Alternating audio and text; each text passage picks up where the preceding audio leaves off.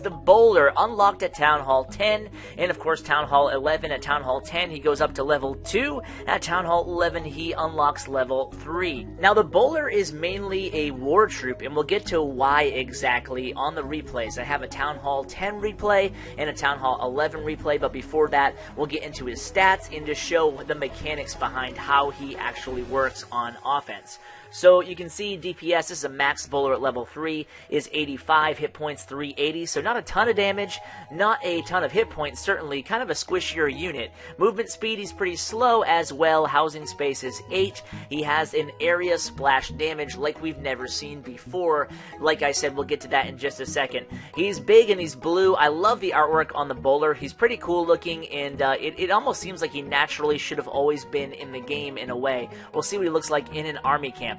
The name Bowler kind of grows on you. I thought it was a little strange at first, but now, after I've known his name for a week or two now, I'm kind of used to it. But at first, you're like, Bowler, interesting. But anyway, let's see him in-game, see how he works. So this is very interesting. We're going to drop a golem. This is not a real attack. Rather, I just want to illustrate his usage here. So here's the Bowler. He has this big rock here. What he does is he throws it at 2 targets. It bounces and it hits one target and then onto another target. So it does a little bit more damage to the first target. So this troop will really benefit people who have a really solid awareness of different units' hit points on the map. So it's certainly a unit you have to plan for. As you can see, that wizard tower was not taken out, whereas the archer tower previous to that was.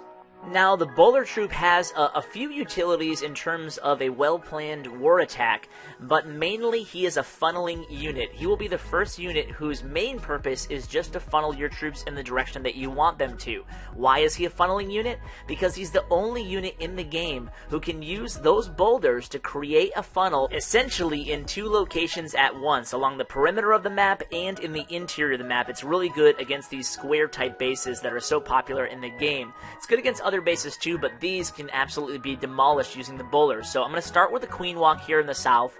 I'm going to go ahead and drop the Queen over here. I'm going to drop a Bowler with the Queen just to help her move along faster. Remember, we only have 3 minutes now, so any extra DPS does help.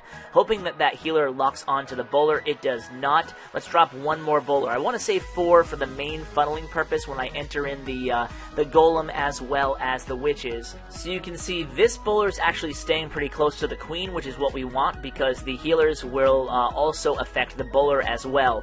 So the Bowler hopefully here will go around and take care of that army camp, and the Queen will go in the base, and then we'll drop the main kill squad, the main second phase of the attack involving the golems and the wizards. Let's sprinkle some of these in, and look at these bowlers here, and deploy them all up in the top here, and what they're going to do is take down those 2 gold mines, causing the troops to funnel into the base, similar to a wizard would do, but they're also going to take out the gold mine and the cannon over here to help keep the witches and the rest of the army on track, guiding them towards the center of the base. So essentially we have 2 flanks, the Archer Queen and as part of the Queen Walk in the first phase. We have the Bowlers who are going to merge into the main army right now, engaging the center, the core of that base.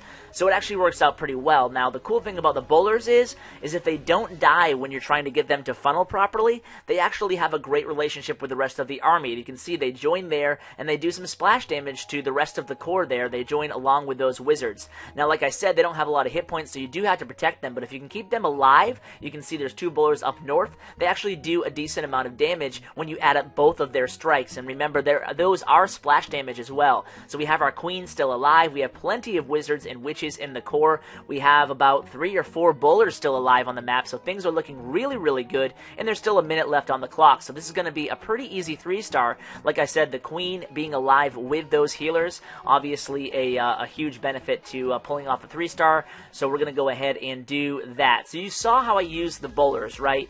You can use them both with the Queen on a Queen Walk, or you can use them to kind of cut off one of the angles, especially against these square base designs. It really works out really well. I've been able to consistently 3-star these bases using this strategy, this troop composition, with the Bowlers in there and the Queen Walk starting the raid out. So it actually, in my mind, really increases the viability of 3-star attacks using these Bowlers, especially in relationship to the Queen Walk at Town Hall 10. Now remember, there are only 2 at Town Hall 10, then they upgrade to Town Hall to 3 at Town Hall 11. So let's go ahead and do an attack at Town Hall 11. and we'll see how we do here against another one of these variations of the square base. You guys who watch my channel often know how I like to tackle these bases. This is a 100% maxed out base with the new level 4 Inferno Towers and level 9 mortars. I like to start with the Queen Walk from one area and then merge that into the main attack, which will be, again, a Mass Witch type attack. And in this case, we'll have 8 total. We have 2 in the Clan Castle, and then we'll use the bowlers again to funnel from the perimeter and keep all the witches and skeletons and wizards going into that core. So I'm going to go ahead. I used the giant to lure out that Clan Castle, and I brought a poison this time and 2 jump spells in exchange for the earthquake spells.